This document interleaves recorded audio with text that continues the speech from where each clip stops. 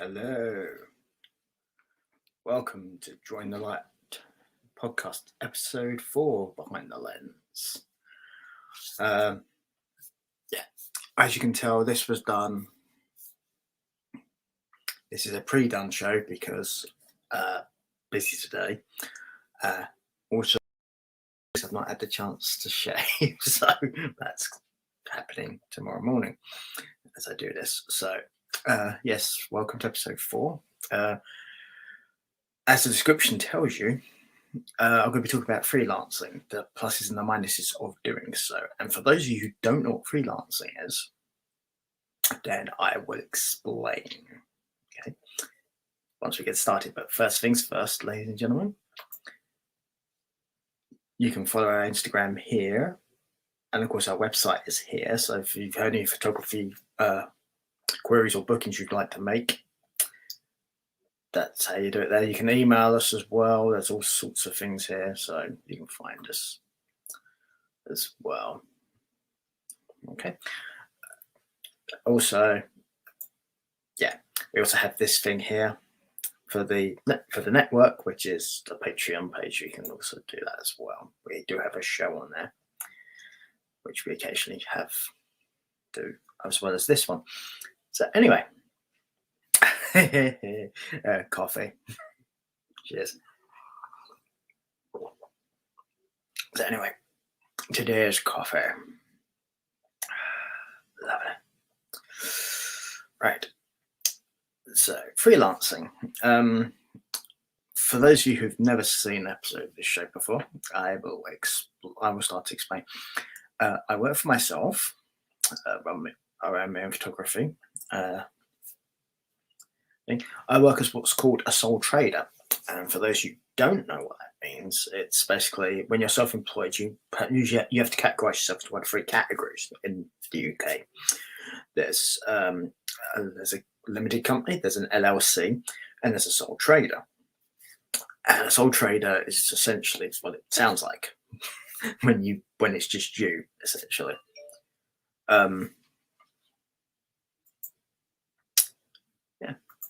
Just reminds me I should probably shut that up for now. But there we go. Right. So, sole trader. It's just you on your own. And basically, I get working for myself and I do that. And that's how I get a lot of my business, to be perfectly honest, is that way and stuff. But another way you can get business coming to a company, or particularly if you work on your own as an individual like I do, is by doing something called freelancing. And freelancing is essentially when somebody else hires you to do a job for them. For an example, probably try and give you an idea which most people will understand. If you ever worked for a job agency, okay, that job agency sends you out to a company to do work for them. Okay. That technically is freelancing. Obviously, you're doing it. That's an employment thing. That is essentially what freelancing is, but for individuals. Companies will approach me and they'll want me to do stuff for them on their behalf. That's freelancing.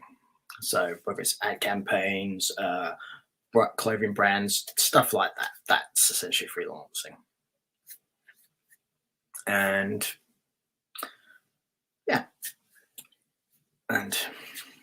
you can do quite well at it or badly at it. Freelancing is very much a case of you really need to put in the effort to make that work, as you need to for being self-employed. Otherwise, it doesn't work. You need to have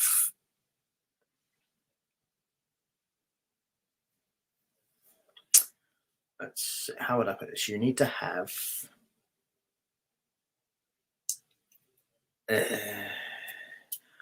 motivation, I suppose, is probably the best way of putting it. But you need to be self-motivated. That's probably a better way of putting it, to do work. Now, particularly freelancing, because freelancing has ups and downs, and that's kind of what we're touching upon here.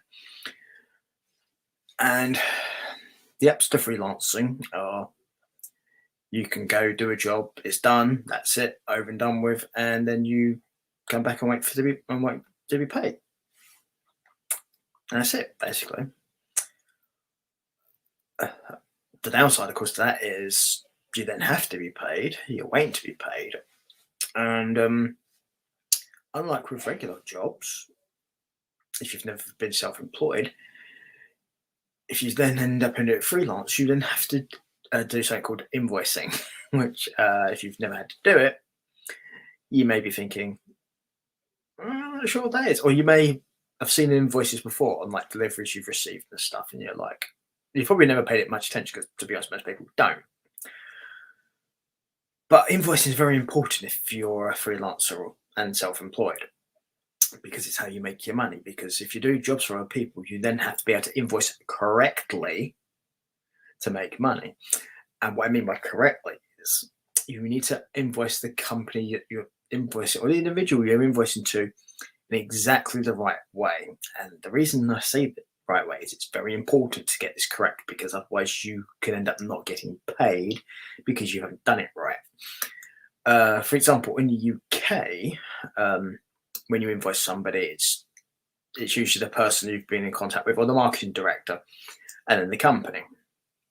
And you have to format it correctly, explain what it's for and how much you're charging and stuff like that. Then you also have to give them a when it's due by date, basically when they have to have paid you by.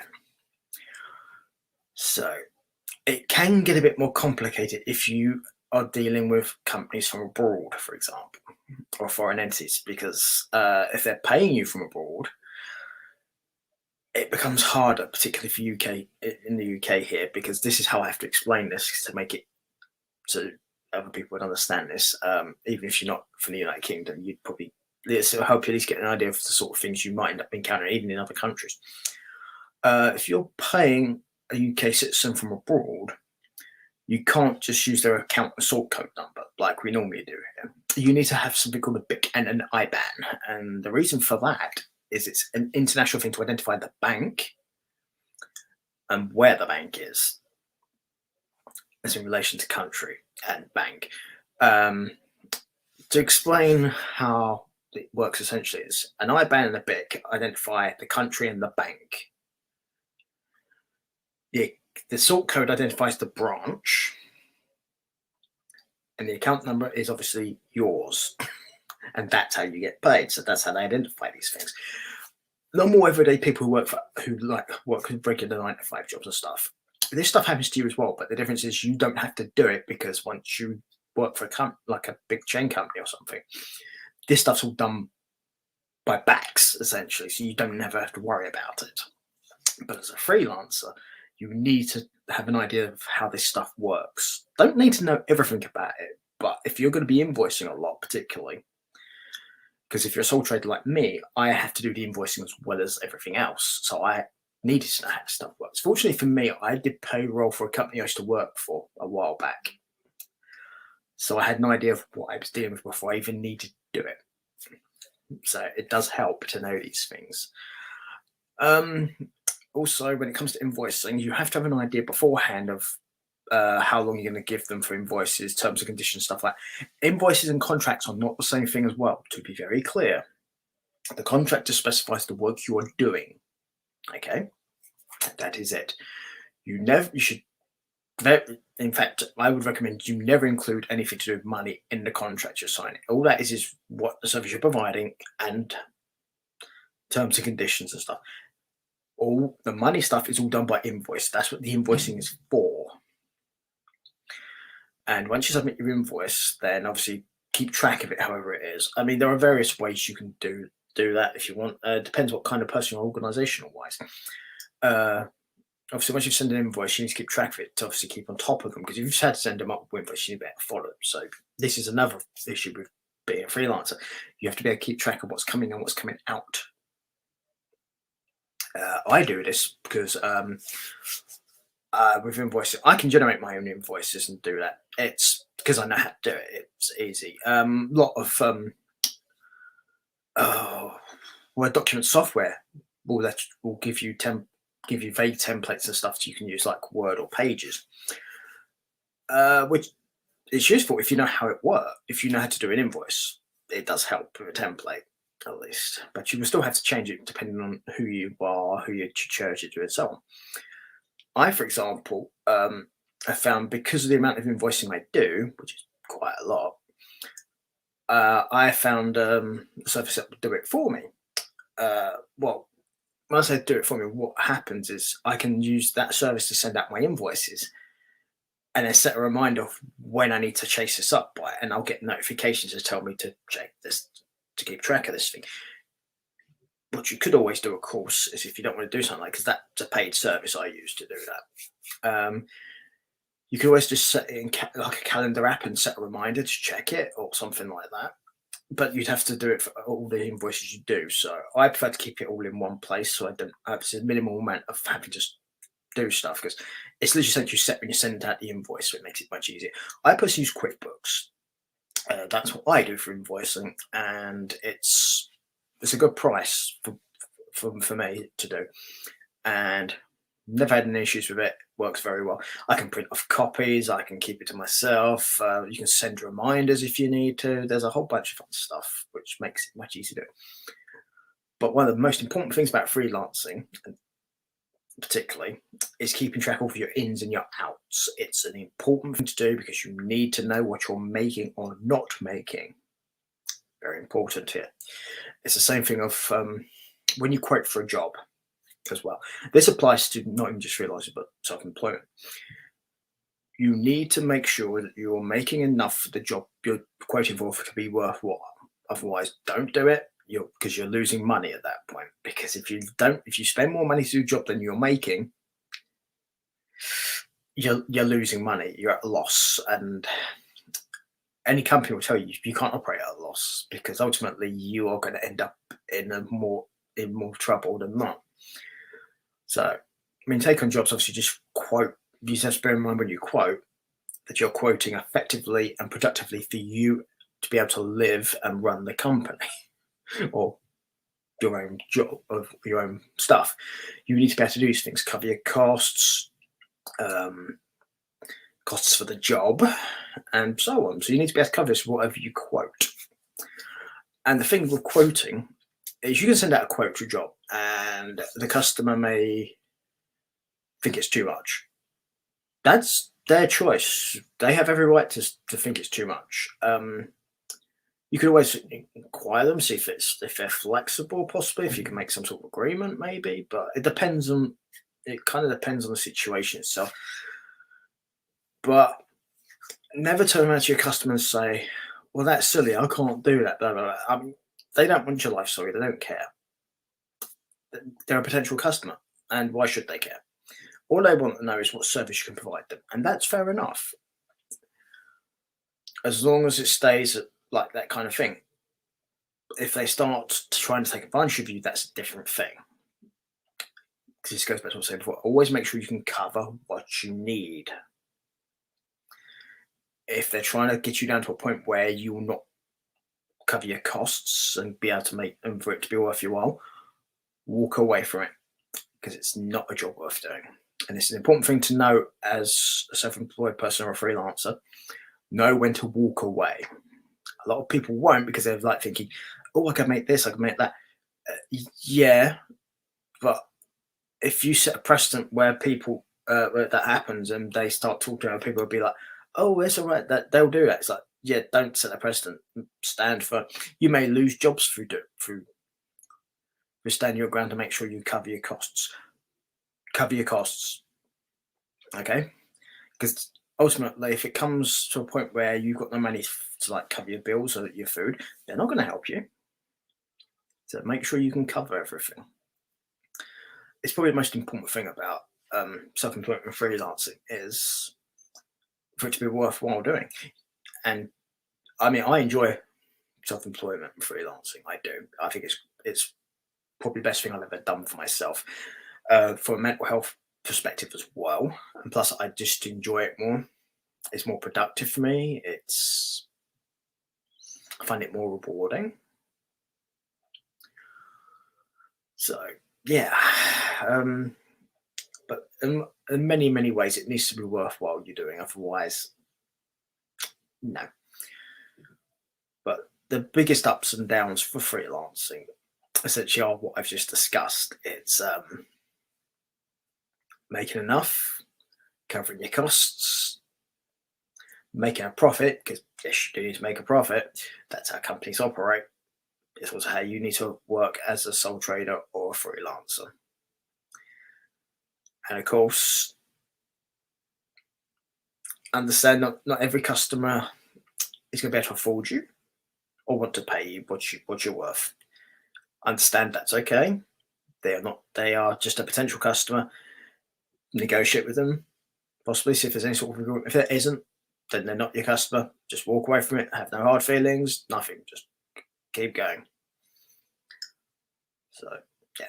And of course, that's the main parts of it, really. Everything else pretty much stems off from that. I mean, there are other things as well, such as contracts and stuff. Again, it depends on the kind of job you're doing. For me personally, there are certain contracts I have to have depending on what I'm doing.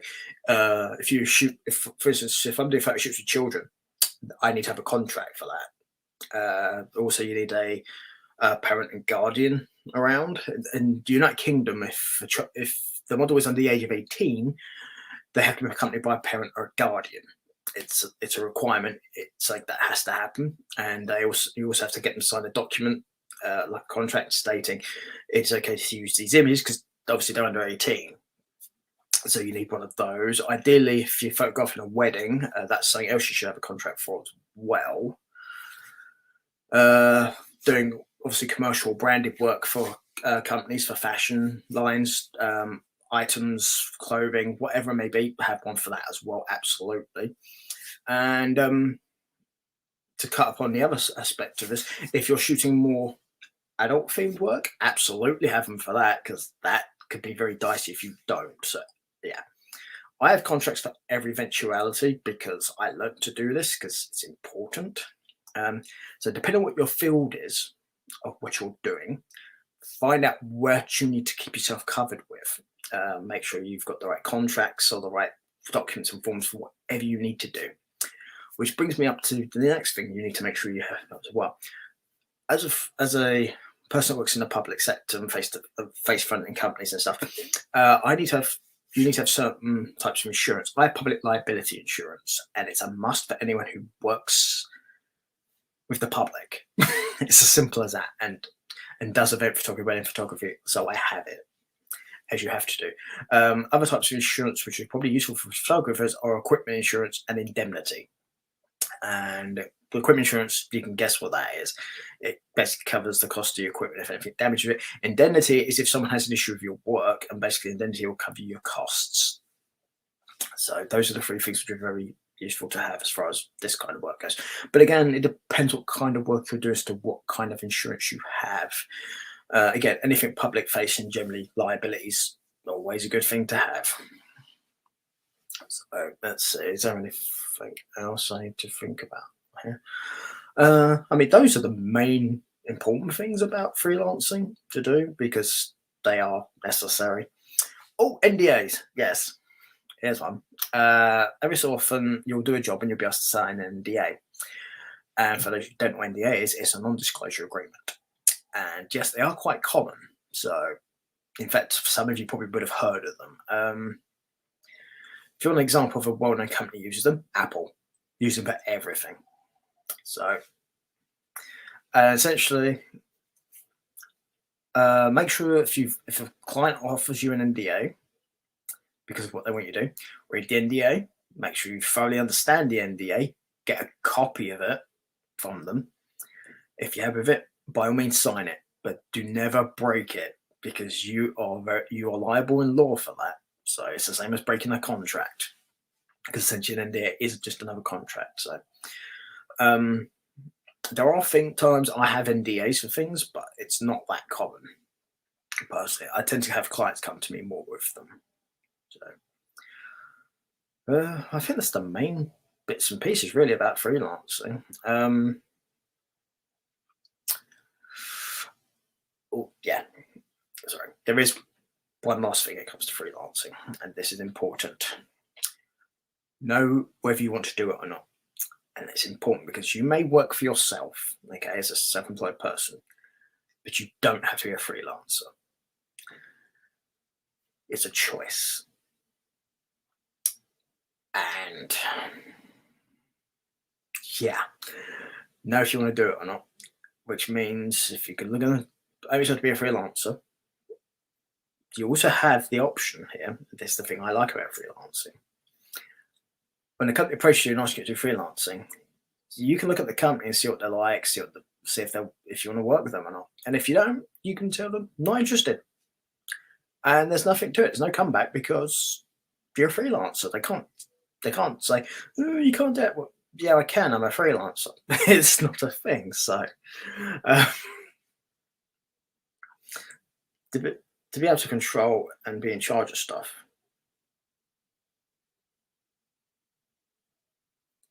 is actually very useful. So um, yeah. Also, the other thing, of course, this also applies because if you're self-employed, this also is something you're probably already aware of. Obviously, taxes. When you self-assess, if you work as a freelancer as well as being self-employed, all that stuff goes together with your taxes. It's not a separate thing. So any sort of money you make from freelancing goes into your self-employment stuff. So any quotes and stuff like that goes in the same thing, done the same way as self-assessment does. Obviously, Americans will be very familiar with this because every American has to self-tax. It's a thing. In the UK, of course, you only self-assess here if you're self-employed, like I am. And yes, I've done it quite a few times. At this point, I find it quite straightforward because I've done it a lot. But the first time you self-assess, it can be tricky. So use all the documents you can, find any help you can because it can be difficult. Yeah.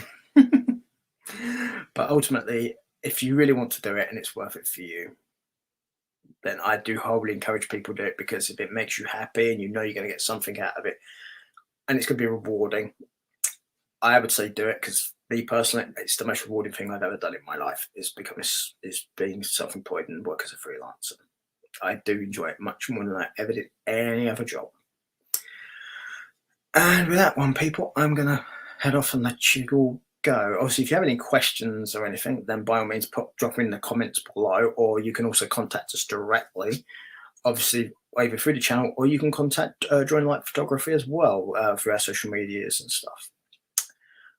Okay, and with that one, people, I'm going to let you go and have a nice day, and I'll see you all soon. So, goodbye.